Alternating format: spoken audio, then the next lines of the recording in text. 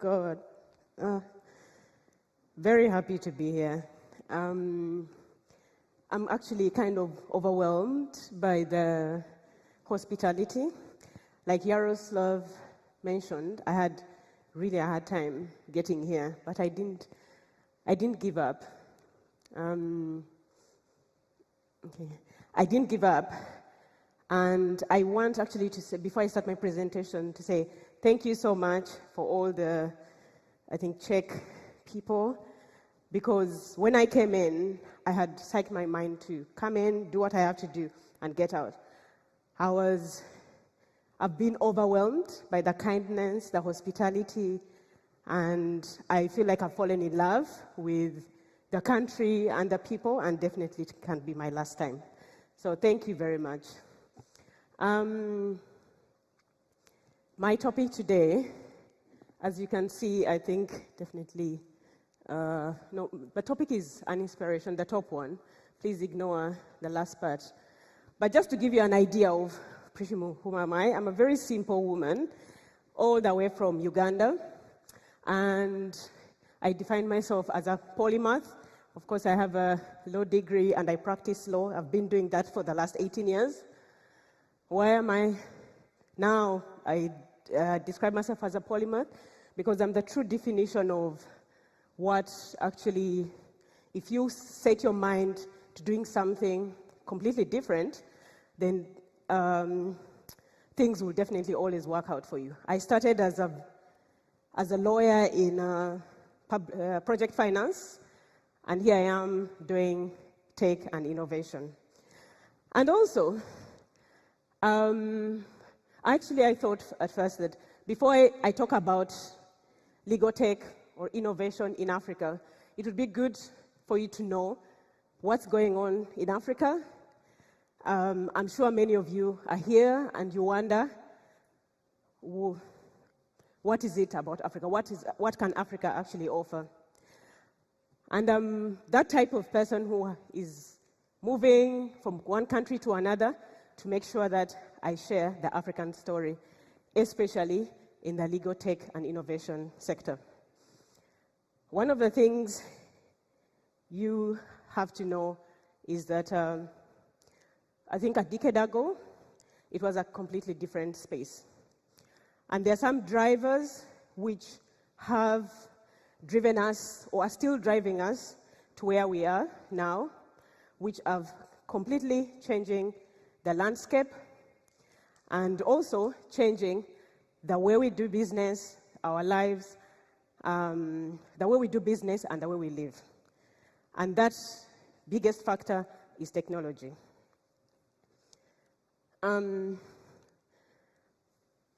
But what's the background to it? There you go. I just want to give you an idea of what the Africa's tech business market is. As you can see, a decade ago,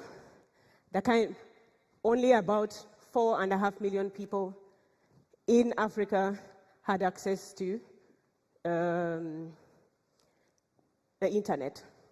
As I speak today, it's actually now more than 70% of the population in sub-Saharan Africa.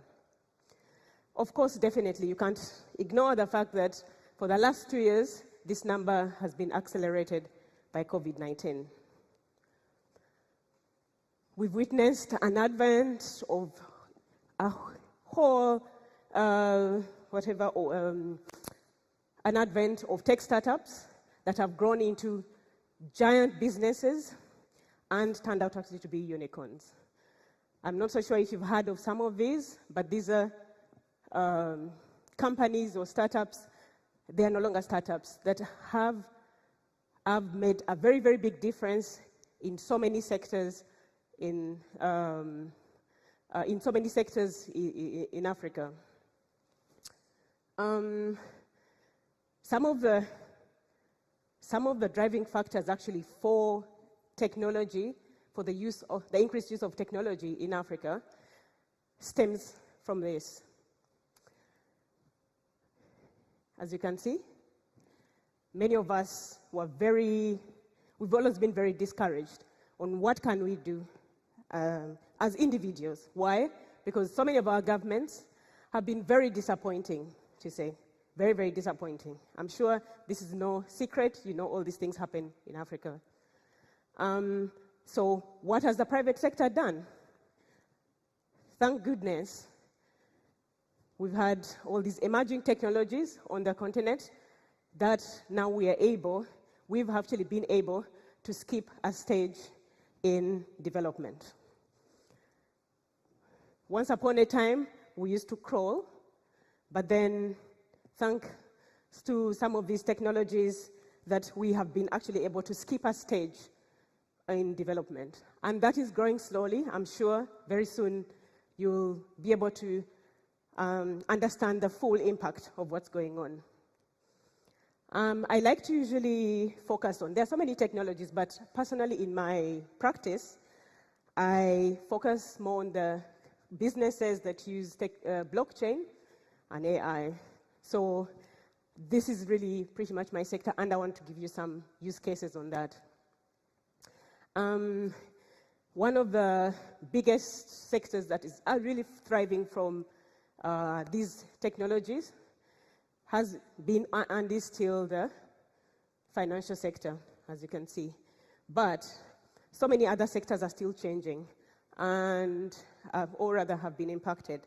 And one of the things that I love actually about technology is that for me, it is changing the way we do things in the way we run businesses, the way we do everything, but at the same time, it's able to solve so many of the core problems we've had on the continent. So this is an amazing also project. It's a digital land registration company. It has now, of course, more branches all over Africa where you're able to verify your land ownership using the blockchain. To many people, you wouldn't even understand why some of these technologies actually are important to us out there. It's because we've never had systems that are transparent or more like authentic for the last, since I existed. I'm only 42 years young. So coming up with this kind of systems is moving us from like A to Z in pretty much a very short time. In the health tech sector, we have so many health tech startups that have come up still on the market and are pretty much changing the way things are being done in the health sector. Agri-tech, as you can see, this has empowered our agriculture sector, where so many, especially farmers who have always been off the grid in our system, and this actually cuts across in all African countries, have been able now to be digitally identified and also connect the farmers to connect farmers on the continent. All of them know what their products, they're able to market their products directly from their gardens to the end users. This is something, like I said, if you've not lived in Africa, you wouldn't even understand why this is actually important. And also, the other example I want to give you lastly is this in the good governance sector. We have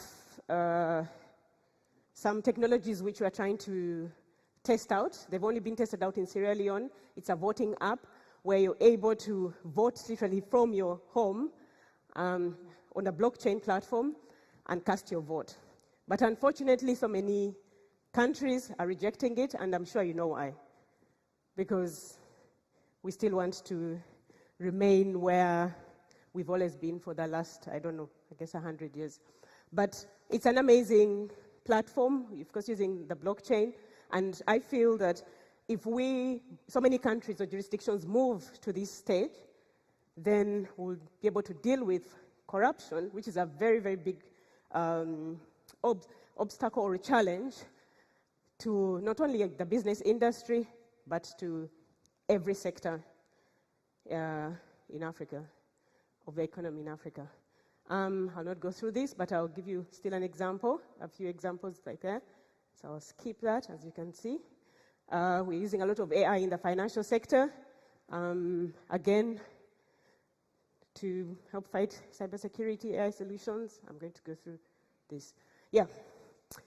Now, why did I want to show you the first part of my presentation? I want you to understand what the biggest driver of innovation or legal tech on the African continent is. And that has majorly been the emergence of the new client. And who is the new client? I've been showing you all the other sectors that have come up. In the last so many years, these are businesses that just never existed on the continent. They have providing new types of instructions, and it also requires a completely different lawyer to service them. So you find that lawyers who have literally failed to move into like the digital space are just not able to communicate, speak the same language, and are pretty being left behind. Why are lawyers being resistant to change? This is a global problem. I find it's not only a problem in Uganda or Africa. Lawyers are very comfortable we've always been very comfortable the way we earn, the way we do things, and the question is always, why change if I'm able to actually earn the same amount of money? But unfortunately now, you have all these, the businesses I've been showing you, which have grown into actually unicorns, and they need lawyers. They need someone to represent them. They don't only need actually Ugandan lawyers or African lawyers.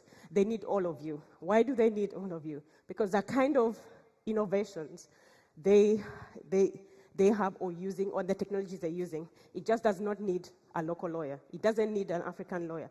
It needs a lawyer with a global mindset who can be able to advise their client to actually also be able to move into other jurisdictions and operate and grow and thrive. So you find most of the digital transformation we are now experiencing is pretty much being driven by the client, because in many situations you would never, rather, the most important thing for a lawyer is to communicate and understand the business of the client. If you don't understand the business of the client, how can you actually represent them? How can you go to the regulator and share your client's case and convince them that your client needs a license? That is actually what led me personally into training myself and taking all these courses in blockchain and AI, because I really wanted to understand what my client was doing.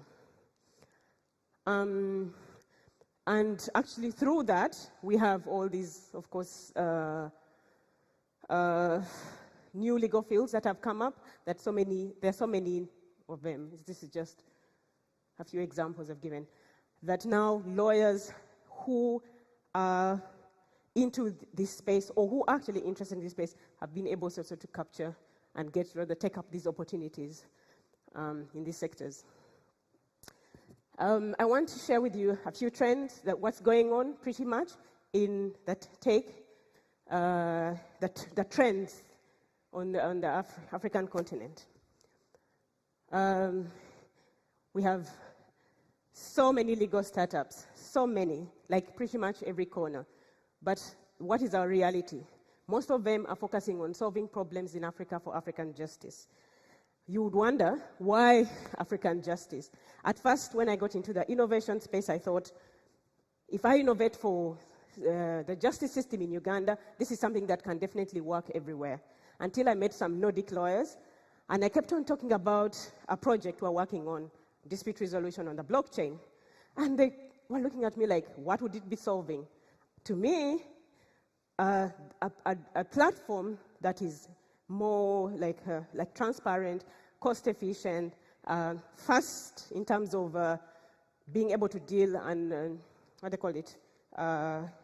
get rid of cases, is a system that many African countries have not experienced. So you'll find that so many of the challenges that we have are in the access to justice sector. Why access to justice? It goes back to the problems I told you about. What technology is solving in Africa? When you have poor infrastructure, you also have the majority of our citizens who have been excluded from so many things, of course, including justice. So I told you we have a mushroom of startups. All these, like I've told you, if you apply them in some jurisdictions, it might not actually make so much sense. But one of the things I really like is the online dispute resolution. As I talked about, we have something very similar. I don't know if you know dispute resolution called Kleros and Jure. It's a blockchain dispute resolution on the blockchain platform. We have now something similar. These are people I've worked with on the globe. Amazing, amazing product. But then through the innovation work I do, we've been able to have some of these platforms now running in Uganda and Nigeria. So these are some of the legal tech tools we have on the market. Yeah. Another thing that is actually really like thriving is the new mode, the new law firm. Again, some of the speakers here mentioned it. The law firm we know is the law firm that, wake up in the morning, sit down, from 6 to midnight, you're working in one place, right? But now, our young people, Africa is full of so many young people. Actually, the tech space has, I think, young people between the age of 21 to most probably 35. Being 42 years old, I'm a dinosaur in this space. So for them, as soon as they leave law school, this is what they are getting into, because they don't feel like they fit in the spaces that I've worked in. I work in a very conventional law firm that has existed for the last 60 years. So most lawyers, young lawyers, are not able to relate at all to the workspace we have, at all. So there, I run a legal innovation hub, and I give them space to create and innovate and come up with things that they feel the way they understand, the way they feel they're able to express themselves and serve the clients. And you'll be amazed the kind of innovations they come up with and platforms.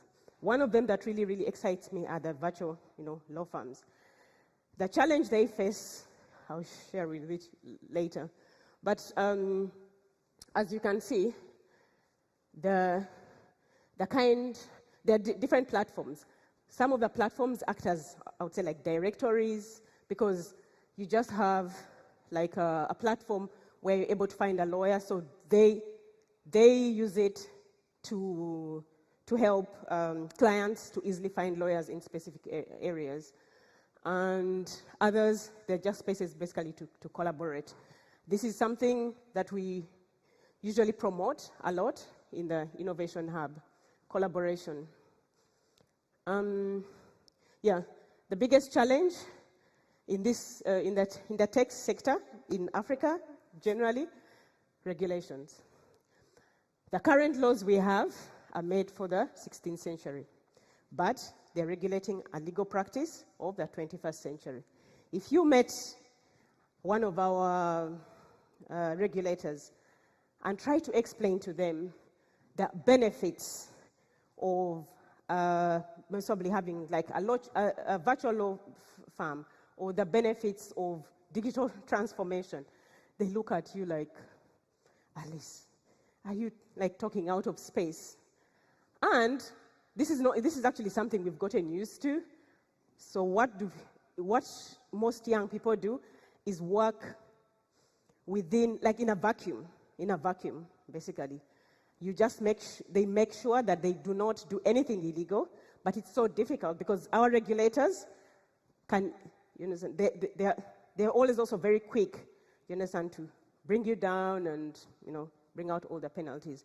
But it's a very, very big challenge because they're just not understood. The tech industry and our regulators on a completely different wavelength. Then the other challenge is security concerns. I think this is something, it's a global problem. Many law firms were very quick to adopt the different technologies for document management, e-billing, all sorts of legal tech tools on the market.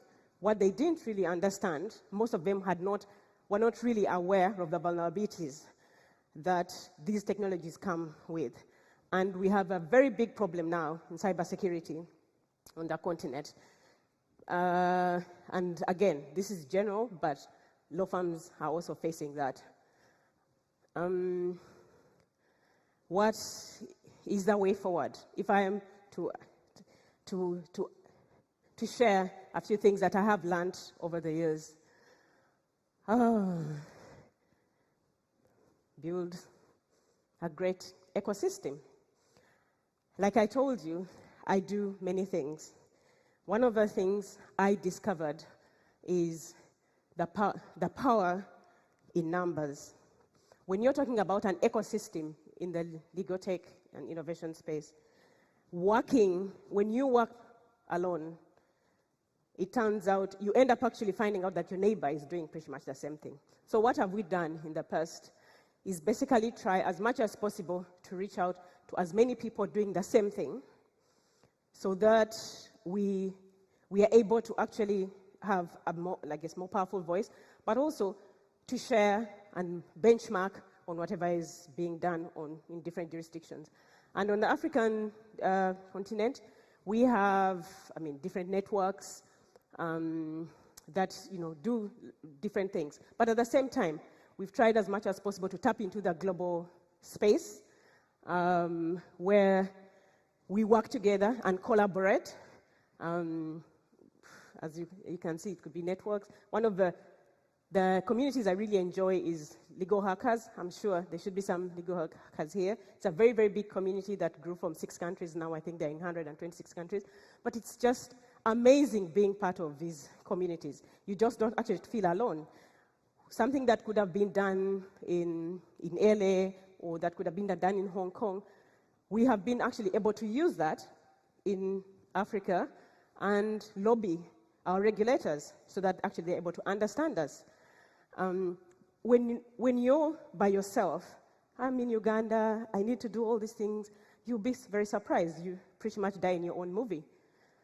But exposing yourself, your ideas, however crazy they could be, to large communities has been the most amazing experience. Legal innovation hubs. These are extremely powerful. Why? The hub that I run, we set it up basically to help to bridge the gap between lawyers, technologists, and legal professionals. Where did that come from? For some time on the market, we used to have legal tech products that were not really being appreciated by lawyers. And so we had innovators who were innovating for lawyers, but they were not able to understand the mindset of lawyers, or the needs of lawyers. Can you imagine you're innovating for someone day and night, but then when you put out the product, the lawyers are like, what is this? So what we do is, how do we get the lawyers to understand, how do we get the technologists to understand the design, how lawyers think? Lawyers have been taught to stay in our own spaces. We feel safe, when we are with our own people. We do not know how to share space with others. This is not something you're taught from law school that, you're going to have this, cyber security expert, right, sharing a boardroom with them. But then, this has been a very humbling journey. And what has come out of there? We now have products on the market that lawyers are able to relate to. And lawyers are able actually to use. So some of the hubs I know on the continent are attached to law firms. So you have law firms which are like running hubs. Others, it's completely independent. But it's been an amazing journey to have, lawyers, technologists. In there you have like programmers, coders, all share whatever experience and knowledge they have to innovate for the law. Of course, the conferences, that's a big one. And then when I talk about legal innovation hubs, what has actually also been really magical is collaborations with the innovation hubs that have nothing, the general ones where you have like the huge big houses where they're innovating pretty much for every sector. In there, you're still able to actually understand the clients you serve, because the clients come out of these hubs. Then you're able to actually also be in their feet, understand the language they speak.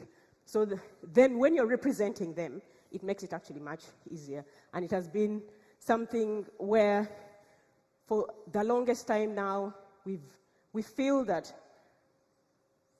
building the ecosystem, concentrating on all the key players, the stakeholders in the system, through those innovation hubs, we are also able to host like sandboxes where regulators come in and are able to engage with us when they come up with the regulations, whatever regulations they come up with, which are usually, instead of being progressive, they actually they end up choking the innovation industry. But when they come into these hubs and we work together, then they actually understand us better and they come up with regulations that are favorable to the industry. I can say, lastly, is that definitely when I told you I've fallen in love with this country, and what in Africa we have this proverb: if you want to go fast, go alone. If you want to go far, go together. I would want definitely for us to work together, collaborate, like I've told you. Did you listen? Did you hear? Yeah.